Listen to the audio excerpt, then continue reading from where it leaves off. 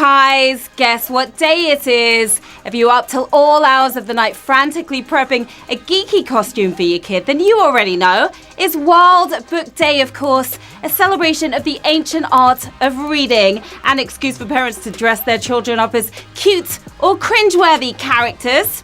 Goldilocks? Can live with that. Where's Wally? Not so bad.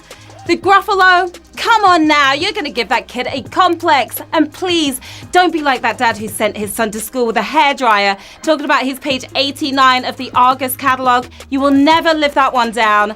I'm Sharon Carpenter, your resident bookworm. I'm no librarian, and there's no shushing here. This is HQ Trivia, a place to test your knowledge from all that reading from years past. How do you win?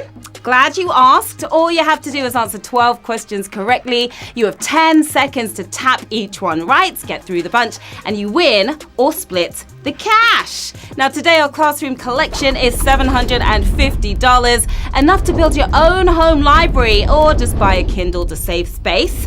Okay, you ready to turn the first page of this adventure? Of course you are. Q1. Where would you find a prologue in a book, page 42, written in invisible ink, the beginning? Where would you find the prologue? You feeling good about this one? What do you think?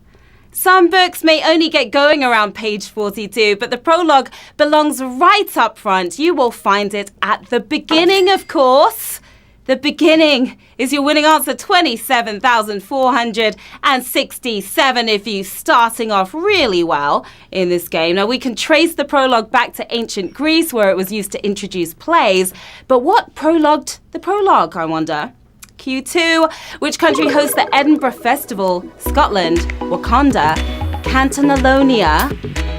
Which country hosts the Edinburgh Festival? You ever been? It's a lot of fun. Well, there's a pretty big clue in the title. Wakanda plays host. Just kidding. Of course, it's Scotland. Scotland hosts the Edinburgh Festival. You knew that. 27,160 of you feeling festive right now. The festival may not kick off till August, but there were plenty of celebrations up there after Saturday's epic rugby result. Congrats on that. Free Wakanda. Q3. Nitrous oxide is commonly known by which name? Liquid heat, laughing gas, tickling gas. Liquid heat, laughing gas, or tickling gas. The other name for nitrous oxide. Dental work may be torturous, but even they wouldn't use tickle gas. Chuckling all the way to a root canal. It's laughing gas, of course. You ever had that? I have. It is fun. 25,738 of you laughing one step closer to the bank. Now, it's also used in motor racing to boost the engines and has propelled the Fast and Furious crew through 8 films so far.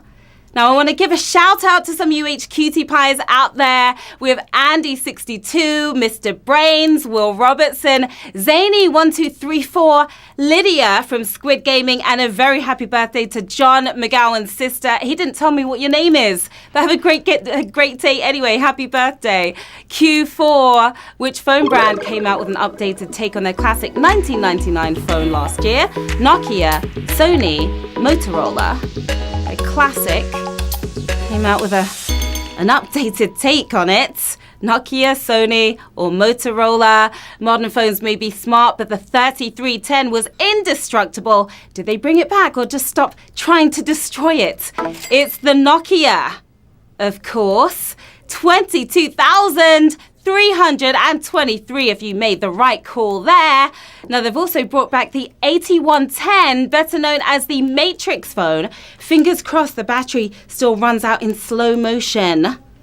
Q5, the term broadcasting, meaning a radio transmission, originally referred to what? Mold manufacturing, seed scattering, net fishing, broadcasting.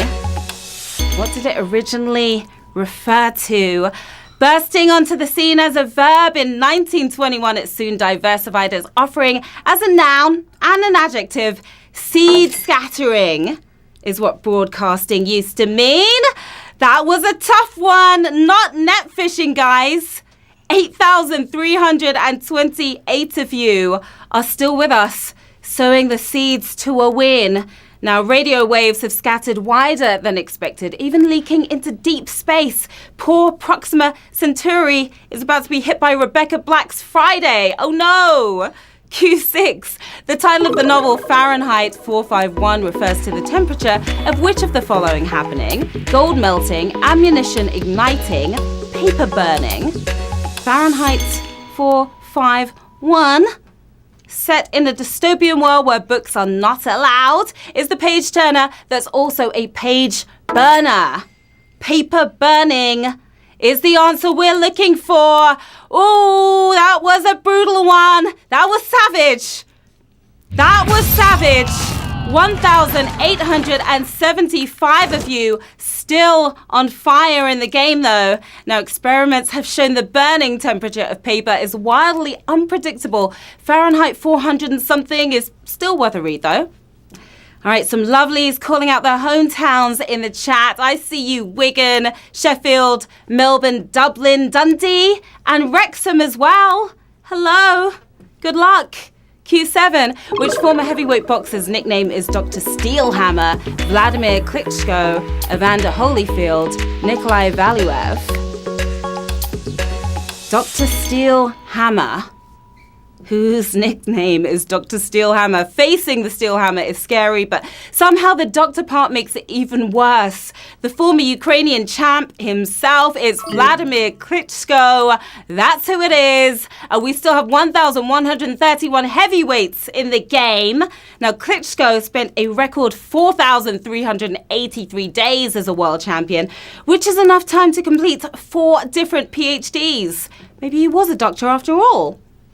Q8, which film franchise was originally based on the 1979 novel Nothing Lasts Forever, Final Destination, Mad Max, Die Hard. Nothing Lasts Forever.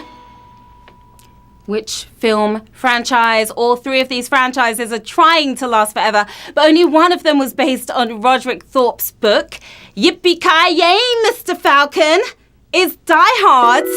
Die Hard here for the win on Q8. 433 of you still alive and kicking. Now, Die Hard may have taken its setting and structure from Thorpe's book, but added all the holiday spirit stuff itself. Q9. Which of these countries has the most pyramids? Sudan, Egypt, Mexico. The most pyramids. Would you find them in Sudan, Egypt, or Mexico? Egypt may be the poster boys, but they've been gypped to this title with over 200 pointy tombs of their own. It's Sudan for the win. Sudan and 119 of you. Oh, that was a brutal one. That was savage. That was savage. Our second savage question of the game. Double savage. Right there. 119 of you left in the game. Now, Sudan is currently locked into civil war, but on the bright side, at least there won't be any queues at the pyramids. Q10. In the 1960s, the original logo for BBC Two featured which animal? Robin, kangaroo, horse.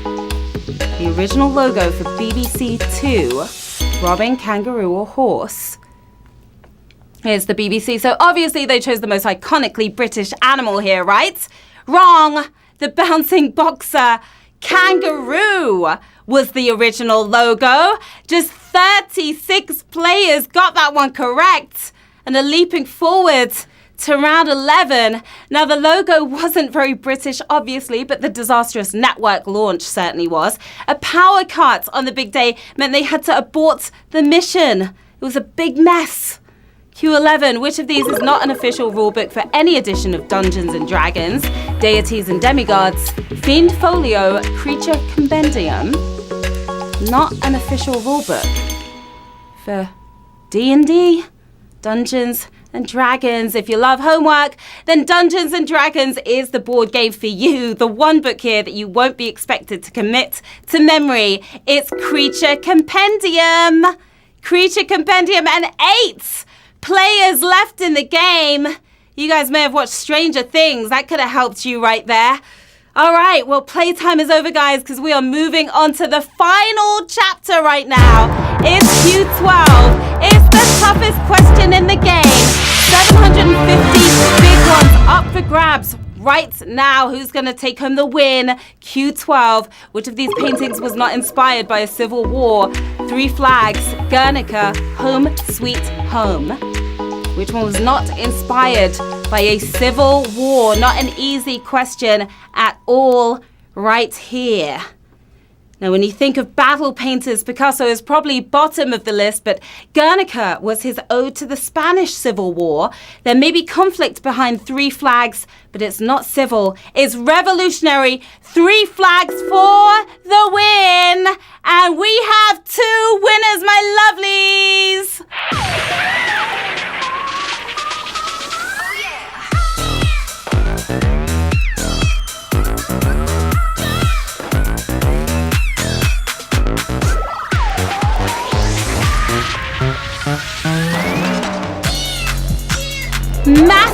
Massive congratulations to our 2 winners in today's game. You navigated 2 savage questions to be here standing at the end. We've got JJW579. We've got X Charlie Carter X. Both of you taking home $375 right now. Looking pretty stylish right there, Charlie. Nice Abby right there. What are you guys going to do with this cash? Maybe you could take a trip to that Wakanda festival. Their sound system must be crazy. Or go dragon watching at the London Dungeons. So much you can do with the money. What a game, HQTs. Truly impressive as always. Now, there's a story to be told behind every win and every loss. So share yours with us on the socials. Okay, how did you do today? I'm Sharon Carpenter, and you can find me right here on Insta and Twitter. So tell me how you did in the game. And of course, we have another quiz coming up at 9 p.m. So make sure you're ready for that one with more cash to be won and learning to be done. I hope you had as much fun as I did today. And I will see you soon for round 2. Bye.